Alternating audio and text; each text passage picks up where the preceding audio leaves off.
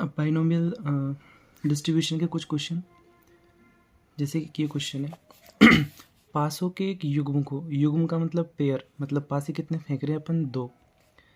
इन 2 पासों को अपन फेंक रहे हैं 200 बार। पासों के एक युग्म को 200 बार फेंका गया यदि अंकों का योग 9 से अधिक आने को सफलता माना जाए। बाइनोमियल डिस्ट्रीब्यूशन में 2 चीज़ें होती हैं, सफलता और असफलता, जिनको पहले से डिफाइन किया जाता है। तो बाइनोमियल डिस्ट्रीब्यूशन में सफलता और असफलता पहले से बताई जाती है कि इस घटना को सफलता माना जाएगा और इस घटना को असफलता। तो यहाँ पर सफलता कब कहा जाएगा, जब पेयर पर आई गई दोनों संख्याओं का योग 9 से ज़्यादा हो। तो सफलताओं की संख्या का माध्य तथा मानक विचलन ज्ञात करो। अब अपन को पता है बाइनोमियल डिस्ट्रीब्यूशन में माध्य क्या होता है, NP, और मानक विचलन मानक विचलन होता है √NPQ। ठीक है, तो यहाँ पर n हो जाएगा अपन का 200, p हो जाएगा पासों के युग्म पर प्राप्त दोनों संख्याओं के योग का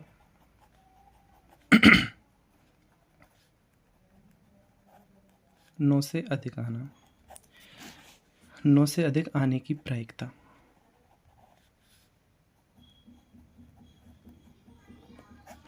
अब अगर अपन 2 पासे फेंकते हैं तो ये वाला नंबर भी 1 से लेके 6 तक चेंज हो सकता है और ये वाला नंबर भी 6 तक चेंज हो सकता है। तो टोटल जो स्थितियाँ बनेंगी वो बनेंगी 36। अब इन 36 केसेस में से ऐसे कितने केस होंगे जिनमें इन दोनों संख्याओं का योग 9 से ज़्यादा हो।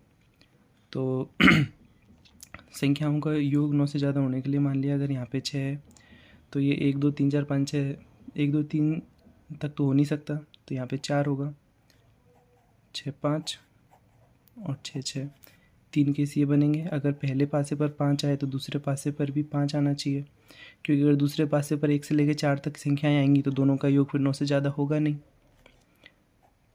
और 5 6 4 6, तो 1 2 3 4 5 और 6, टोटल अनुकूल स्थितियाँ बनेंगी 6। तो प्रायिकता होगी अनुकूल स्थितियाँ बटे कुल स्थितियाँ। पासों पर योग 9 से ज़्यादा आए, इसके करस्पॉन्डिंग 1 स्थिति, 2 3 4 5 और 6 स्थितियाँ बनती हैं। कुल स्थितियाँ 36 बनेंगी कि दोनों पासों पर कितनी कितनी संख्याएं आ सकती हैं उस हिसाब से। तो इनकी प्रायिकता होगी अनुकूल स्थिति बटे कुल स्थिति। तो अपन की जो सफलता की प्रायिकता है वो होगी 1/6।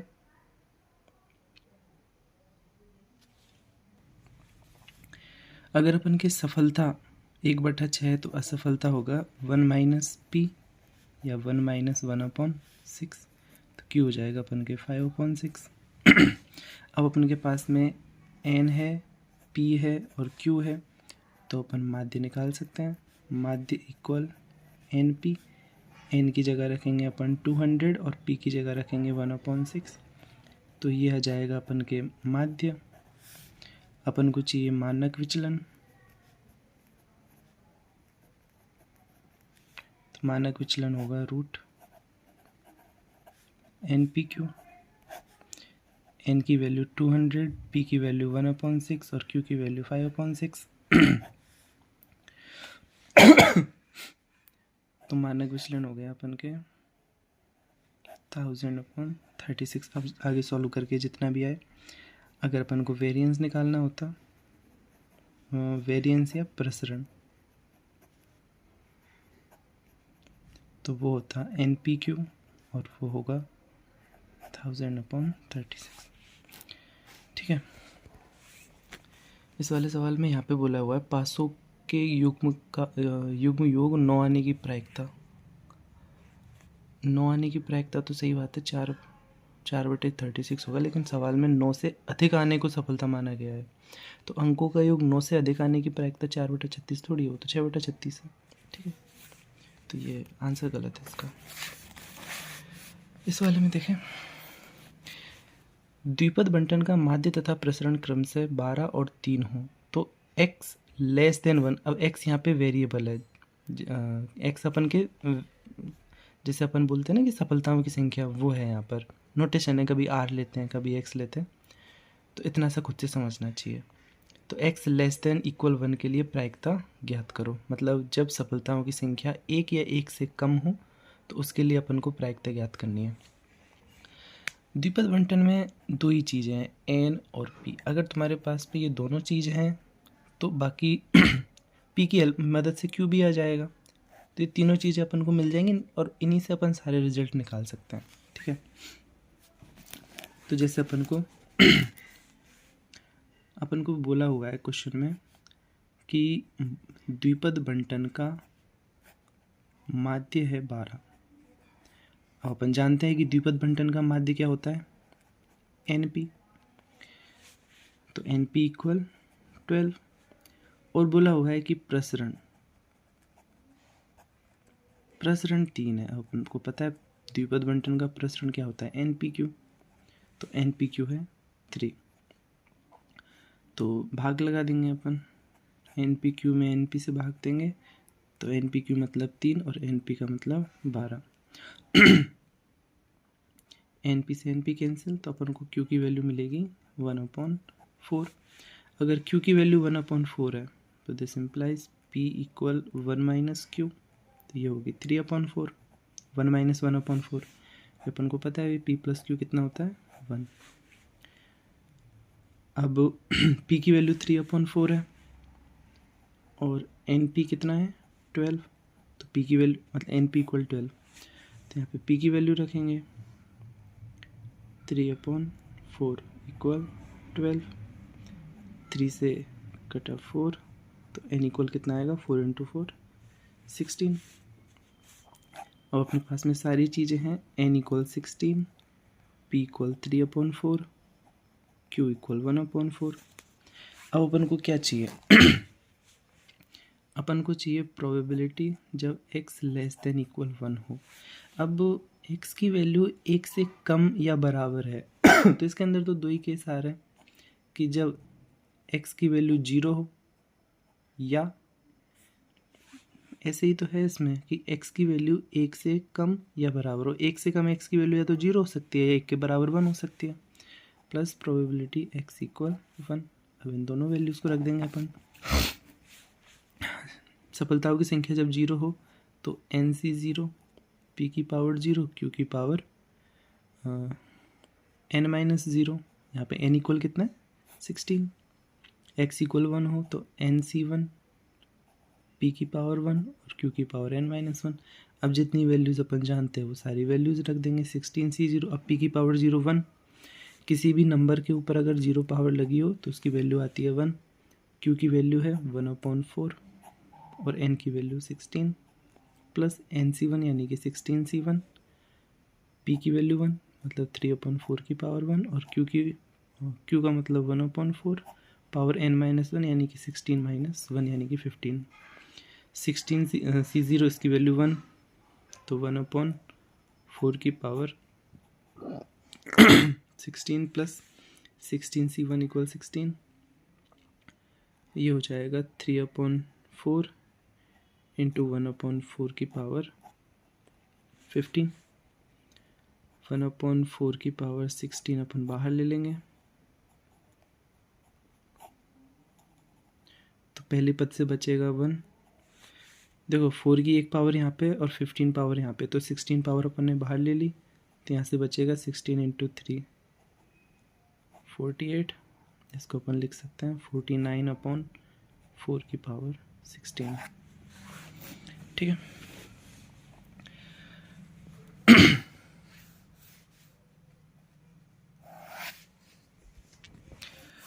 देखो जैसे कोई भी क्वेश्चन हो, उस क्वेश्चन के ना 2-3 पार्ट होते हैं।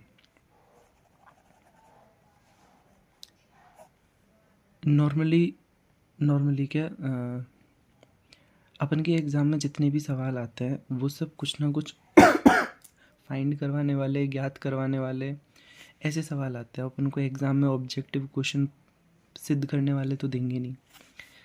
तो क्वेश्चन के ना 2 पार्ट होते हैं, एक जो उसमें दे रखा होता है और दूसरा जो उसमें फाइंड करना होता है।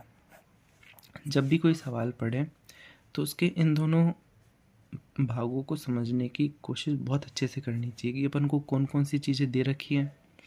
अब जो चीज़ें अपन को दे रखी है उनसे रिलेटेड फॉर्मूला हो गए, कोई फैक्ट हो गया या कोई मेथड हो गया, इनको पहचानने की कोशिश करनी चाहिए कि मतलब जो भी चीज़ दे रखी है इनकी इस पर्टिकुलर इस चीज़ के बारे में अपन को कितनी चीज़ें पता है।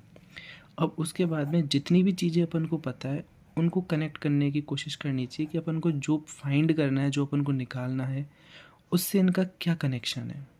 ठीक है, वहाँ से अपन को पता चलता है कि क्वेश्चन को करने का मेथड क्या होगा। ठीक है, जैसे ये वाला सवाल था, कम से कम ये जो चीज़ है ये हर सवाल के लिए सही जाएगी। अब जैसे ये सवाल है, इसमें अपन को क्या दे रखा है, बंटन का माध्य तथा प्रसरण इतना और इतना है। तो अपन को एक तो माध्य दे रखा है और एक प्रसरण दे रखा है द्विपद बंटन का। तो यहाँ पे अब ये तो जो गिवन है वो पार्ट हो गया, फिर कुछ ना कुछ अपन से पूछा भी जाएगा। तो x लेस देन इक्वल 1 के लिए प्रायिकता ज्ञात करो। अब पूछा ये है कि जब x लेस देन 1 है तो प्रायिकता क्या होगी। अब फाइंड वाले पार्ट पे अगर ध्यान दे तो अपन को बोला है कि जब x लेस देन इक्वल 1 हो तो प्रायिकता क्या होगी। अब कैसे निकालते इसकी प्रायिकता, x लेस देन 1 है तो इसकी प्रायिकता बराबर होगी कि जब x 0 हो या जब प्रोबेबिलिटी जब x 1 हो। और इनको कैसे निकालते हैं, इनके लिए अभी तक तो अपन ने एक ही सूत्र या एक ही चीज़ पढ़ी है, वो NCR p की पावर r और q की पावर n माइनस r। जब तुम्हारे प्रोबेबिलिटी x इक्वल r यानी कि 8 सफलताओं की प्रायिकता ज्ञात करनी है, ऐसे निकालता है। इसमें कौन कौन सी चीज़ें चाहिए अपन को, एक तो n चाहिए, r तो खैर अपने पास में है, इसमें 0 और इसमें 1 है, फिर एक अपन को p चाहिए, एक अपन को q चाहिए। अब ये चीज़ अपन को कहाँ से मिलेंगी, ये चीज़ अपन को यहाँ से मिलेंगी कि जब इन्होंने बोला कि माध्य 12 है और प्रसरण 3 है, यहाँ से मिलेंगी ये सारी चीज़ें। ठीक है, जैसे अगला सवाल है, एक थैले में 3 लाल और 3 नीली गेंदें हैं। थैले से एक गेंद निकाली जाती है तथा गेंद बिना डाले एक और दूसरी गेंद निकाली जाती है। दोनों गेंद के अलग अलग रंग होने की प्रायिकता ज्ञात करो। सिंपल सा क्वेश्चन है, जैसे कोई बॉक्स है, उस बॉक्स में 3 रेड बॉल है और 3 ही ब्लू है। ठीक है, इस थैले से एक गेंद निकाली जाती है तो इसमें टोटल कितनी है, टोटल 6। अब पहले अपन एक गेंद निकालेंगे, फिर उसके बाद में बिना उसको वापस रखे गेंद बिना डाले एक दूसरी गेंद निकालेंगे। अपन को प्रायिकता याद करनी है कि वो जो दोनों गेंदें निकलेंगी वो अलग अलग रंग की निकलेगी। तो पहला केस देखो, अपन को चाहिए कि जो दोनों गेंदें हैं वो दोनों अलग अलग निकले। तो जो अपन ने पहली गेंद निकाली हो सकता है वो आर निकले और जो दूसरी गेंद निकले वो निकले ब्लू। एक तो ये केस है जब निकाली गई दोनों गेंदें पहली और दूसरी दोनों अलग अलग रंग की होंगी। दूसरा केस ये है कि पहली निकाली गई गेंद ब्लू हो और दूसरी निकाली गई गेंद रेड हो, या ऐसे हो सकता है। ठीक है, तो अपन इन दोनों केसों की अलग अलग प्रोबेबिलिटी निकालेंगे।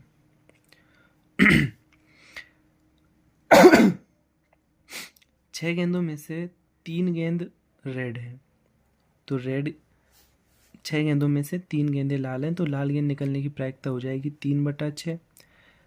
पहली गेंद के लाल निकलने की प्रायिकता है 3/6। अब चूंकि अपन ने गेंद को वापस नहीं डाला तो अब बॉक्स के अंदर गेंद कितनी बची, 5।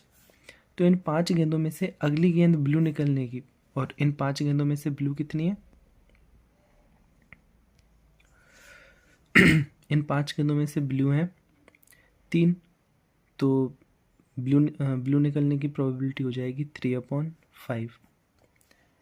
ये प्रोबेबिलिटी होती है जब पहली निकाली गई गेंद लाल तथा दूसरी निकाली गई गेंद ब्लू हो, प्लस सेकंड केस की प्रोबेबिलिटी कि जब पहली निकाली गई गेंद ब्लू, टोटल गेंद 6, ब्लू कितनी है 3, तो 3/6 इंटू, तथा दूसरी निकाली गई गेंद लाल हो। अब एक गेंद अपन निकाल चुके हैं, थैले के अंदर बची 5, तो 5 गेंदों में से कितनी गेंदें रेड है? 3, क्योंकि पहली जो निकाली गई गेंद थी वो तो वो तो ब्लू थी। तो इंटू 3/5, तो ये हो जाएगा 9 + 9/30 या 18/30। अगर कैंसिल करना चाहें तो 9/15 या और भी कैंसिल हो जाएगा, तो 3/5। ये अपन की प्रोबेबिलिटी आएगी कि दोनों गेंदें अलग अलग रंग की हों। अभी अगला क्वेश्चन, एक पासा तथा एक सिक्का एक साथ उछाले जाते हैं। सिक्के पर चित तथा पासे पर 3 का गुणज आने की प्रायिकता ज्ञात करो। अभी दोनों की दोनों इंडिपेंडेंट इवेंट है, तो अपन देख लेंगे भाई कि सिक्के पर तो आना चाहिए चित और पासे पर आना चाहिए 3 का मल्टीपल। अगर एक सिक्का उछालेंगे तो उसके चित आने की प्रोबेबिलिटी 1/2 और पासे में 1 से लेकर के 6 तक संख्याएं होती है। इनमें से 3 के गुणज कितने हैं? 3 का गुणज 1 तो 3 है और 3 का एक गुणज 6 है। तो 6 में से 2 संख्याएं, तो 2/6 इसकी प्रायिकता हो जाएगी। 2 से 2 कैंसिल, तो सिक्के पर चित और पासे पर 3 का गुणज आने की प्रायिकता हो जाएगी 1/6। अब जैसे ये सवाल है, ताश की गड्डी से एक पत्ता निकाला गया, ये अपन का प्रयोग हो गया। इसके बादशाह या हुक्म का पत्ता होने की प्रायिकता ज्ञात करो। तो प्रायिकता ज्ञात करने की, ये बादशाह हो या ठीक है, और नहीं यहाँ पे है या, दोनों में से कोई भी एक घटना हो, बादशाह या हुक्म का पत्ता। तो अपन इन दोनों घटनाओं को अलग अलग नाम देंगे। ए घटना बोली कि बादशाह होने की घटना, और बी घटना को नाम दिया हुक्म का पत्ता होने की घटना। अब यहाँ पे सोचने वाली बात ये है कि घटना ए और घटना बी दोनों एक साथ भी घटित हो सकती है। मतलब ऐसे भी तो हो सकता है कि ये जो निकाला गया पत्ता है ये हुक्म का बादशाह हो, ठीक है। तो यहाँ पे अपन वही सूत्र काम में लेंगे। देखो, सबसे पहले तो अपन को प्रोबेबिलिटी एक निकालनी है, फिर प्रोबेबिलिटी बी निकालनी है। अपन को जो फाइंड करना है वो फाइंड करना है probability of A union B, A या बी, ठीक है। तो probability of A intersection B भी अपन निकालेंगे पहले, और फिर अपन सभी चीज़ों को सूत्र में रख देंगे। तो ताश की गड्डी में टोटल 52 पत्ते होते हैं, इनमें से बादशाह होते हैं 4, तो बादशाह होने की प्रायिकता हो जाएगी 4/52। ताश की 52 पत्तों में से 13 पत्ते हुक्म के होते हैं, तो घटना बी यानी कि हुक्म का पत्ता होने की प्रायिकता हो जाएगी 13/52।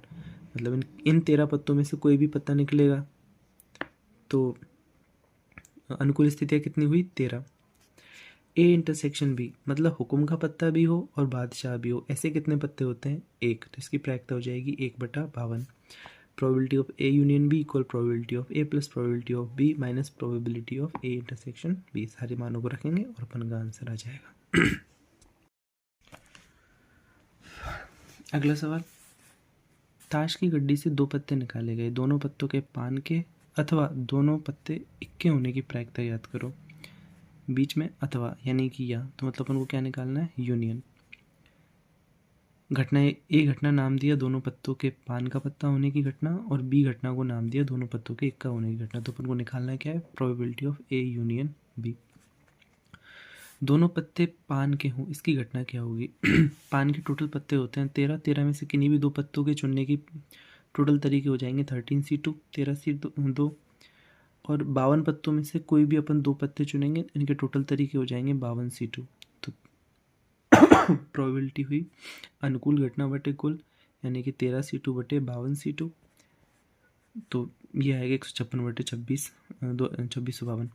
इसी तरीके से प्रोबेबिलिटी ऑफ बी, एक ताश की गड्डी में 4 पत्ते होते हैं, 1 के 4 में से 2 पत्ते चुनने की टोटल तरीके हो जाएंगे 4C2 अपॉन 52 में से 2 पत्ते चुनने के तरीके हो जाएंगे 52C2।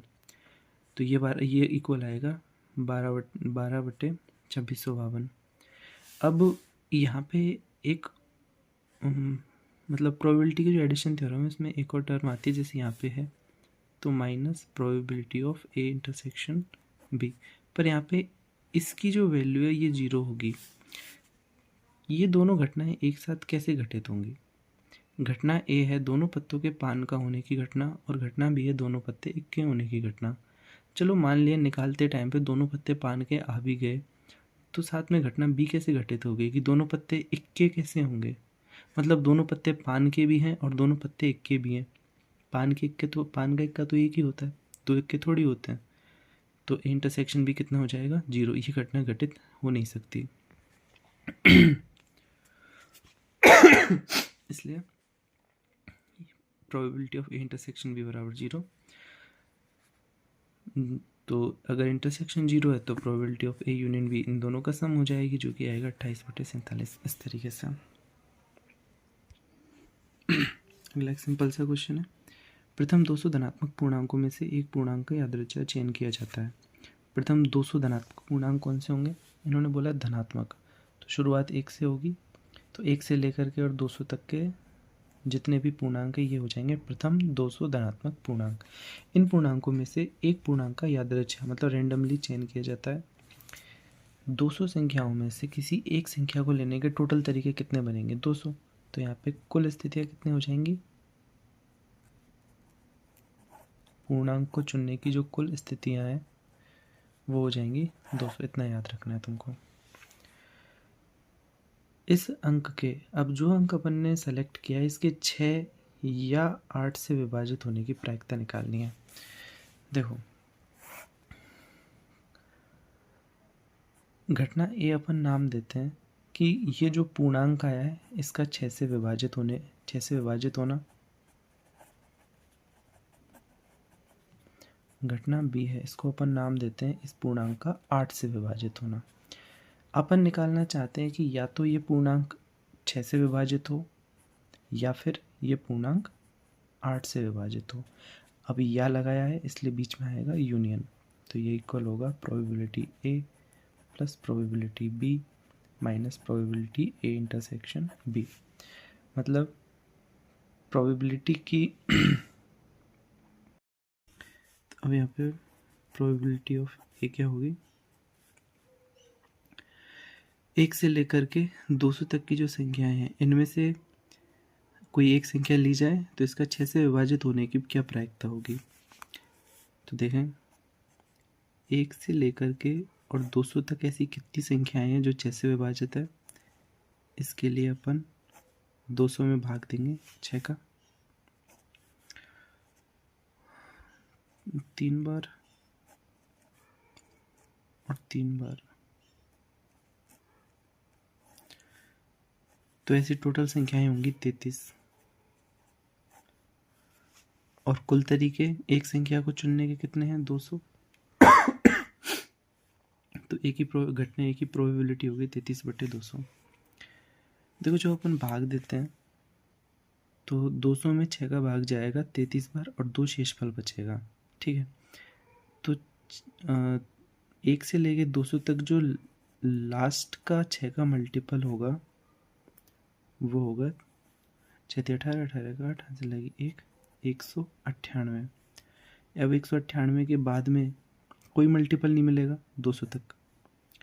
ठीक है, तो पहला मल्टीपल 6, दूसरा मल्टीपल 12, तीसरा मल्टीपल 18, ऐसे करते करते 198 तक अपन को 6 के मल्टीपल मिलेंगे, मतलब 6 के विभाजक मिलेंगे, जिनमें लास्ट का जो होगा इसका कौन सा क्रमांक है? 33वां। ये पहला 6 × 1, ये दूसरा 6 × 2, ये तीसरा 6 × 3, ऐसे करते करते ये कौन सा मिलेगा अपन को? 33वां। तो 1 से लेकर 200 तक ऐसी कितनी संख्या है जिनमें 6 का भाग जाएगा? ऐसी संख्याएं हैं 33। सेम इसी तरीके से अपन देखेंगे कि 8 के कितने विभाजक हैं।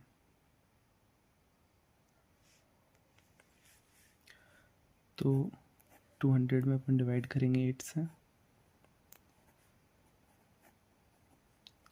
शेषफल बचा 4 0 5, तो कितने? 25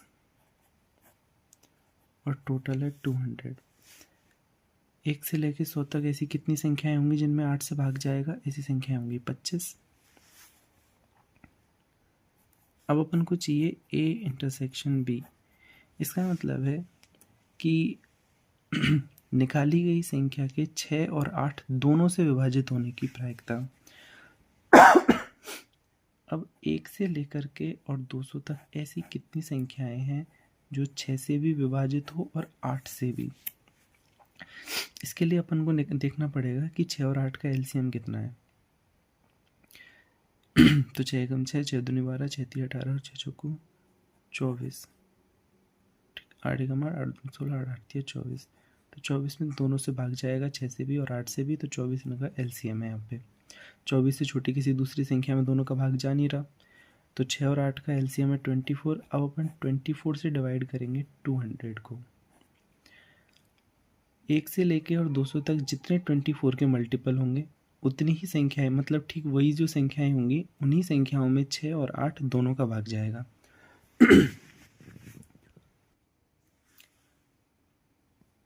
तो ऐसी संख्याएं कितनी होंगी? 24 इंटू 30, तो यहाँ से लगी 3, 16, 16 8 3 19। तो ऐसी संख्याएं होंगी 8।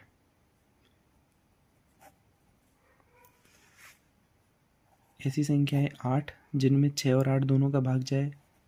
कुल स्थितियां 200।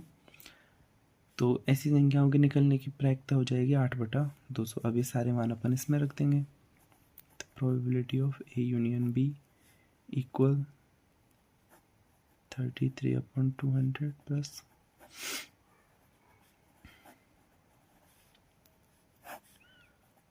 अब आगे अपन सॉल्व कर ही सकते हैं। ठीक है।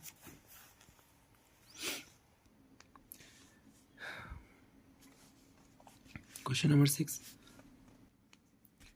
ताश की गड्डी में 2 पत्ते एक के बाद एक खींचे जाते हैं। प्रथम पत्ता दूसरा पत्ता खींचने से पहले वापस रख दिया जाता है। तो अपन को निकालना है कि प्रथम पत्ता ईंट का और दूसरा पत्ता राजा होने की क्या प्रायिकता है। तो अपन को चाहिए कि पहला पत्ता होना चाहिए ईंट का एंड, यानी यहाँ पे और है, और दूसरा पत्ता होना चाहिए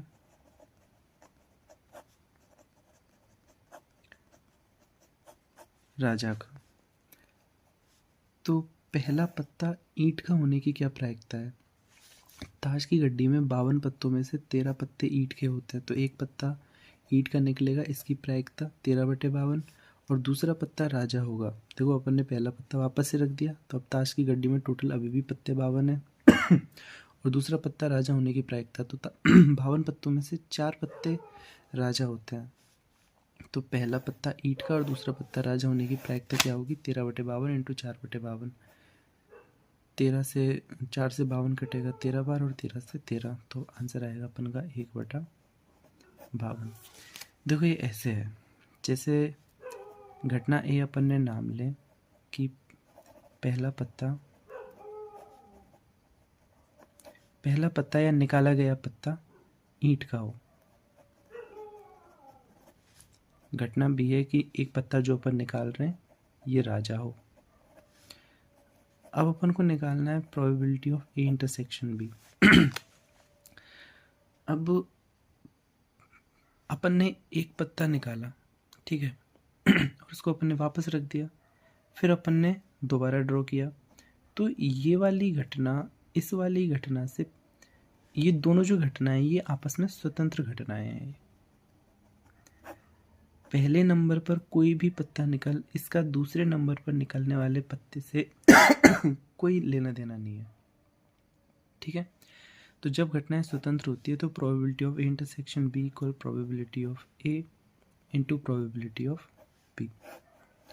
तो इसलिए यहाँ पे अपन ने ये तो प्रोबेबिलिटी ऑफ ए है कि अगर एक पत्ता अपन खींचे तो वो ईंट का आएगा, तो उसकी प्रोबेबिलिटी है 13/52, और ये है प्रोबेबिलिटी ऑफ बी।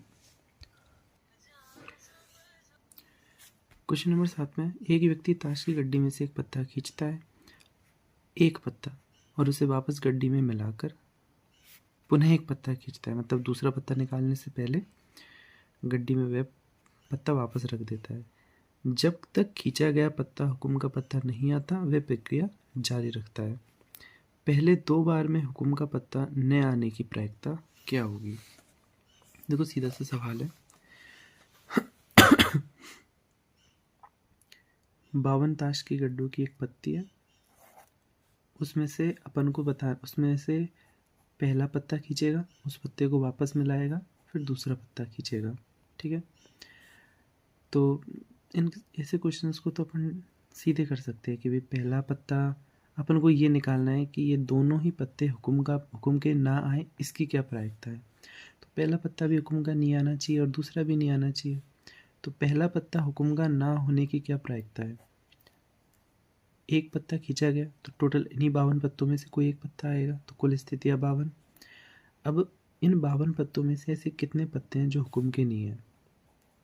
52 पत्ते हैं, 13 पत्ते हुक्म के, और अगर इनको अपन हटा दें तो टोटल 39 पत्ते ऐसे हैं जो हुक्म के नहीं हैं।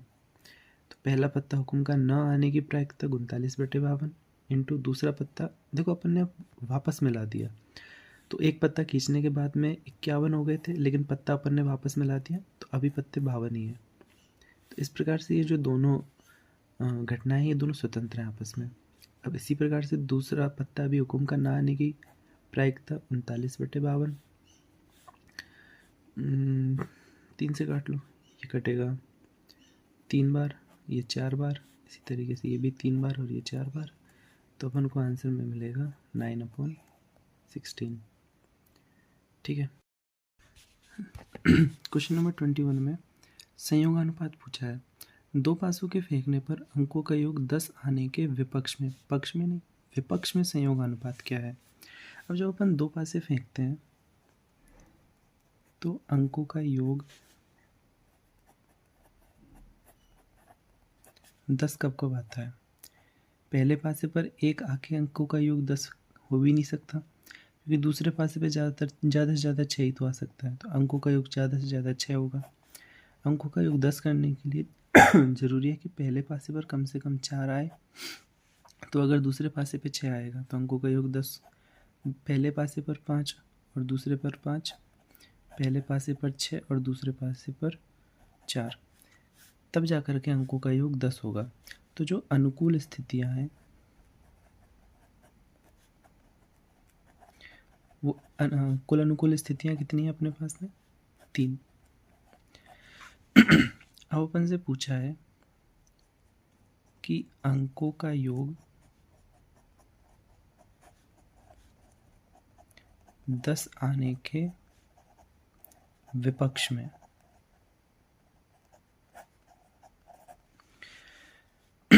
तो अपन को कुल स्थितियां भी चाहिए फिर इसके लिए। जब अपन 2 पासे फेंकते हैं तो कुल स्थितियां कितनी बनती हैं?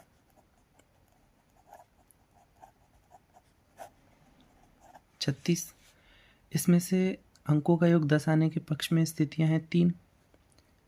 देखो संयोगानुपात में क्रम बहुत ज़रूरी है। जैसे अपन को संयोगानुपात निकालना है,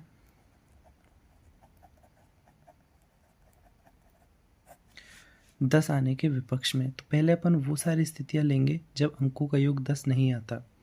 कुल स्थितियां 36, 10 आने के पक्ष में स्थितियां हैं 3, तो विपक्ष में कितनी हुई? 36 - 3 अनुपात अंकों का योग 10 आने के पक्ष में है 3, तो 33/3 या 11/1, ये 10 आने के विपक्ष में संयोगानुपात होगा 11/1। इस क्वेश्चन को देखें अभी। 3 of 6 vertices of a regular hexagon are chosen at random। एक रेगुलर हेक्सागोन है, इसके 6 शीर्षों में से कोई भी 3 शीर्ष रेंडमली चुने जाते हैं। The possibility that the triangle with 3 vertices, अब जो भी ये 3 वर्टिसेस चुने जाते हैं इनसे बनने वाला ट्राइंगल इज इक्विलेटरल, वो ट्राइंगल इक्विलेटरल होगा, इसकी पॉसिबिलिटी निकालनी है अपन को। देखो ऐसे क्वेश्चन पढ़ने में मुश्किल होते हैं, एक बार अगर करने लगे तो ये उतने मुश्किल नहीं है। जैसे एक रेगुलर हेक्सागोन है, मान के चलते हैं कि रेगुलर हेक्सागोन है, 1 2 3 4 5 6, इसकी कितनी साइड है? 6 साइड। वर्टिसेस हो जाएंगे इसके कुछ चाहे तो अपन नाम दे दें A B C D E और F। अब इसके 6 वर्टिसेस में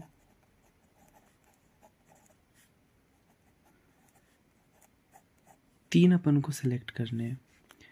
6 में से 3 को चुनने की जो टोटल तरीके होते हैं वो होते हैं 6 में से 3 को चुनने के कुल तरीके ये होते हैं 6C3। जब क्रम का महत्व नहीं होता तब 6C3, और अगर क्रम का महत्व है तो 6P3। तो 6C3 अपन का इक्वल होगा 6 5 4 1 2 3, तो टोटल 20। तो कुल मिला के कुल 20 तरीकों से अपन 6 में से 3 को सेलेक्ट कर सकते हैं, 3 शीर्षों को। तो ये अपन की 20 अपन की कुल स्थितियां होगी।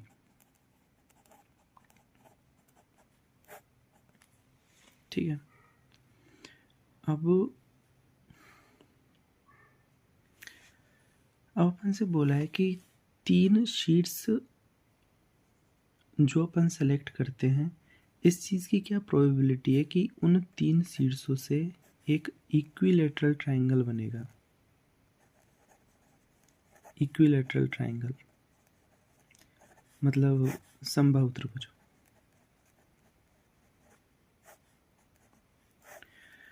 एक बार अपन को ये चीज़ देखनी पड़ेगी कि इसकी ये जो 6 शीट्स हैं इनमें से कितने शीट्स आपस में मिलकर के समबाहु त्रिभुज बना रहे हैं। तो इसके सभी शीर्षों को आपस में मिलाना पड़ेगा फिर तो।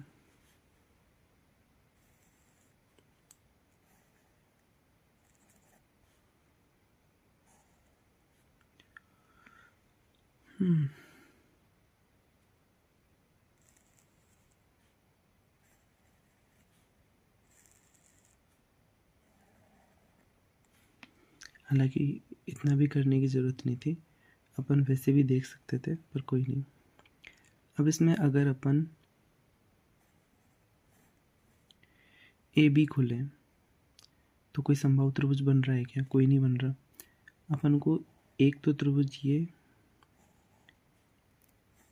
ये लेना पड़े, मतलब बी डी और एफ, और एक त्रिभुज है ए ई और सी।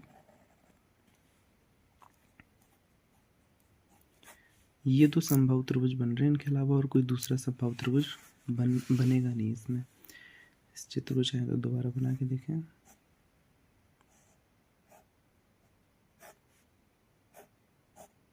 तो एक समबाहु त्रिभुज बनेगा ऐसे, और एक समबाहु त्रिभुज बनेगा, ये 2 समबाहु त्रिभुज बनेंगे इसमें। तो कुल स्थिति अपने पास में कितनी होंगी? अनुकूल स्थिति अपने पास में कितनी होंगी? 2।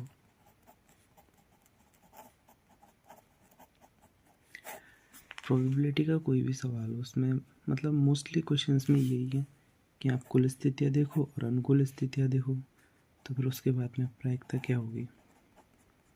अनुकूल स्थितियाँ बटे कुल स्थितियाँ 1/10।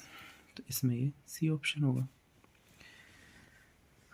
अब ये क्वेश्चन देखो, a cubical dice is thrown 6 time, मतलब एक पासा है उसको अपन 6 बार फेंक रहे हैं। Probability that 2 and 4 will turn exactly 3 time. अब उनको प्रोबेबिलिटी निकालनी है कि ये जो अपन ने 6 बार फेंका है, इन 6 बार में 2 और 4 आएंगे एग्जैक्टली 3 टाइम। एग्जैक्टली 3 बार आएंगे ये, एग्जैक्टली 3 टाइम्स ईच। अब इस चीज़ की प्रोबेबिलिटी क्या है? देखो, अब 6 में से 3 बार 2 आए और 3 बार 4 आए, इस चीज़ की अपन को प्रोबेबिलिटी निकालनी है। ठीक है। तो जब अपन पासे फेंकते हैं तो 3 बार 2 तो आ जाएगा, चलो ठीक है, उसकी प्रोबेबिलिटी अपन निकाल देंगे, क्योंकि पासा फेंकने पर 2 आने की प्रायिकता क्या होगी, 1 से लेके 6 तक पूरे अंक आ सकते हैं, उनमें से 2 अंक मतलब अनुकूल स्थिति 1 ही है, तो प्रायिकता हो जाएगी 1/4। इसी प्रकार 4 आने की प्रायिकता 1/6 और 4 आने की प्रायिकता भी 1/6 हो जाएगी। यहाँ तक तो कोई दिक्कत नहीं, लेकिन ये जो 2 आएगा ये आएगा कहाँ पर, मतलब 6 में से 3 कोई सी भी जगह हो सकती है भाई, अपन ने पहली बार फेंका तब आया, या दूसरी बार फेंकने पे आया, या तीसरी बार फेंकने पे आया, या चौथी बार फेंकने पे आया, 5वीं बार पे आया, 6वीं बार, मतलब जगह भी तो इम्पोर्टेंट है यहाँ पे। तो अपन उन सभी स्थितियों को लेके चलते हैं। तो 6 में से 3 जगह को चुनने की टोटल स्थितियाँ हो जाएंगी 6C3। ठीक है, अब अपन ने 6 में से 3 जगह ले ली, जो कुल जितने भी केसेस बन सकते हैं उन सभी केसेस को अपन ने एक साथ ले लिया। अब इन 3 जगह पे, पहली जगह पे 2 आने की प्रायिकता 1/6, दूसरी जगह पे इन 3 जगहों में से पहली जगह पे 2 आने की प्रायिकता 1/6, दूसरी जगह पे 2 आने की प्रायिकता 1/6 और तीसरी जगह पे 2 आने की प्रायिकता 1/6, मतलब 2 आने की प्रायिकता तो 1/6 ही रहेगी। ठीक है, अब जगह बची कितनी, 3, तो 3 में से 3 जगह पर 4 आने की प्रायिकता, तो टोटल 3 में से 3 जगह का सिलेक्शन अपन कितने प्रकार से कर सकते हैं, 3C3। तो पहली जगह पर 4 आने की प्रायिकता 1/6, दूसरी जगह पर 4 आने की प्रायिकता 1/6 और तीसरी जगह पर 4 आने की प्रायिकता 1/6। 6C3 थोड़ी देर पहले देखा ही था, 6, 5, 4, 1, 2, 3, 20, 20 या फोन कर लो, 6 × 6 × 6, 3C3 की वैल्यू 1, मतलब 1 2 3 1 2 3, तो वैल्यू कितनी आई 1 × 6 × 6 × 6। अब इसको अपन सॉल्व करके अपना आंसर निकाल सकते हैं। ठीक है।